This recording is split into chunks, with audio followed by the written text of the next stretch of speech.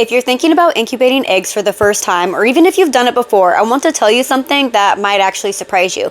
Your incubator is not the most important part. And I know, everyone focuses on what brand to buy, the automatic turners, humidity control, the fancy digital displays, and yes, those things matter. I've learned over the years that there are some things that impact your hatch rate way more than the incubator itself. So today we're talking about 5 things that matter more than your incubator, and if you focus on these first, your hatches will go smoother and you will feel a lot less stress going into it. Number 1 are the eggs themselves. This is number 1 for a reason. You cannot incubate quality into an egg that wasn't strong to begin with. If your hatch rate is low, the first question shouldn't be, what's wrong with my incubator? It should be, what was going on with my birds when they laid these eggs? Because vitality matters, and vitality will be inconsistent when the hens are young, when they're old, when they're stressed, when the nutrition is off, when the flocks are overcrowded, or the overall health just isn't where it should be.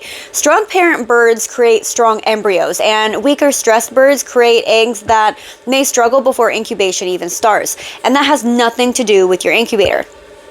Let's also talk about shipped eggs real quick, because this one trips a lot of people up. If your hatch rates drop with shipped eggs, that's not automatically your fault. These eggs have been through temperature swings, vibration, rough handling, pressure changes, being turned the wrong direction, sitting in warehouses or trucks. Even when they're packed well, that journey is hard on an egg. Inside the shell, the air cell can shift, membranes can weaken, tiny fractures can form that we can't even see, and all that affects development. You might set 12 shipped eggs and only hatch 3 to 6, and that's actually pretty normal. People expect shipped eggs to perform like backyard collected eggs, and they don't.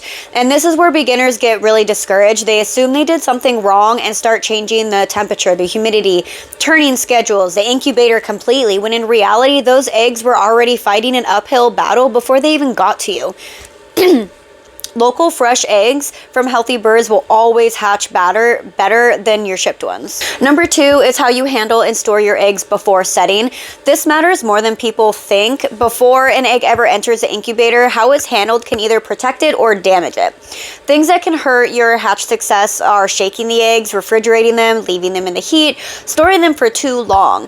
Best practices are storing them in a controlled environment, ideally like 55 to 65 degrees, pointy side down, and that's for the air sac, and try to set them within 7 days, 10 at the max. I've had people say my incubator must be broken, and then I find out that their eggs sat on the counter for 2 weeks before they even put them in the incubator. So yes, storage is important, it matters. Number 3, the room environment also matters more than you think. Your incubator doesn't live in a vacuum. If the room around the incubator is unstable, then it has to work harder. Things that affect the stability are going to be like direct sunlight, drafty rooms, garages that have go up and down with the heat and the cold, trying to put them out in a shop or a barn. Even good incubators can have bad environments. So try to keep it away from windows, away from vents, in a room that's at least semi-stable and somewhere calm and consistent. Sometimes improving the room environment will improve your hatch rates, and you don't have to just go buy a new incubator, which is a plus. Number 4 is consistency over perfection, and this one is huge. People panic over tiny fluctuations, but incubation doesn't require absolute perfection. It requires consistency.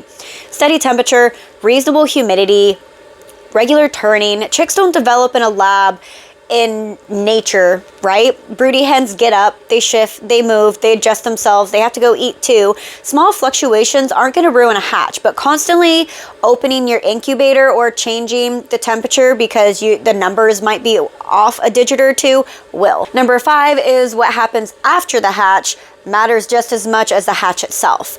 Everyone focuses on day 21, but survival after hatch matters more than the incubator brand. Before chicks hatch, ask yourself, do you have the brooder ready? A heat source is set, fresh water, electrolytes if needed, clean bedding, a plan in place to take care of them?